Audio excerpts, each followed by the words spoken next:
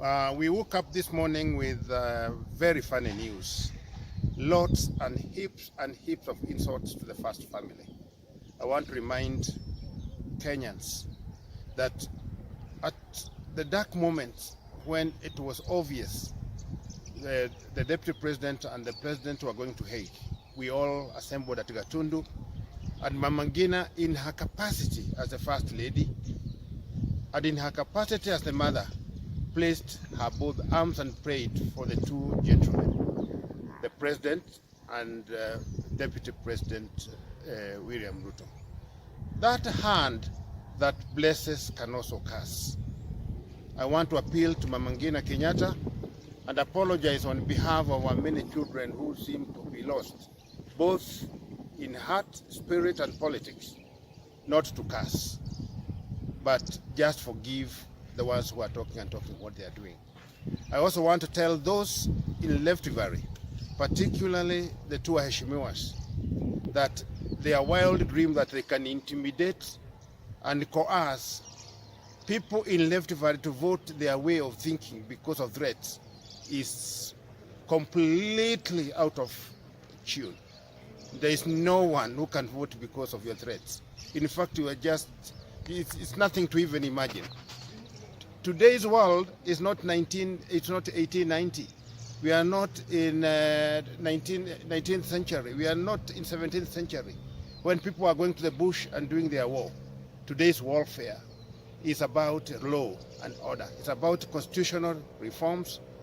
And if you want action, by the way, even tanks are not in fashion. The last time they went to full action was 1973. There is modern warfare to deal with the challenges, with the threats as they come and go.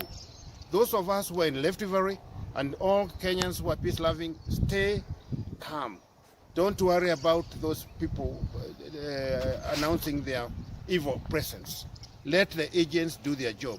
And to the agents, don't be intimidated by these people. People like those two MPs, I would be surprised if they're not in court.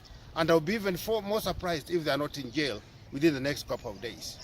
And if you don't know how to do it, please go back to your authority, to the hiring authority, and resign there so that he can hire other people who can execute mandate as outlined and enshrined in the Constitution.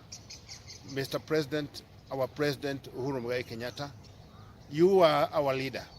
You are not going to be challenged by people who are just nowhere, who are unable even to manage simple things like CDF. You are not going to be managed by people who are shouting too loudly, surrounded by clans from Pombe and other places. Just do your job, do what you have to do this morning, do what you have to do this evening, do what you have to do as a president and head of state. Do not get deterred by these people. Leave them to the agents. And if the agents can't perform, then fire them. Just fire them. Just don't waste time. Don't think about it.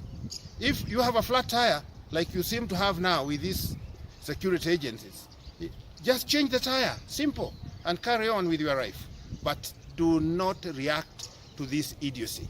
Leave people to do and expose their white belly. And then we can deal with that white belly legally and constitutionally. God bless Kenya.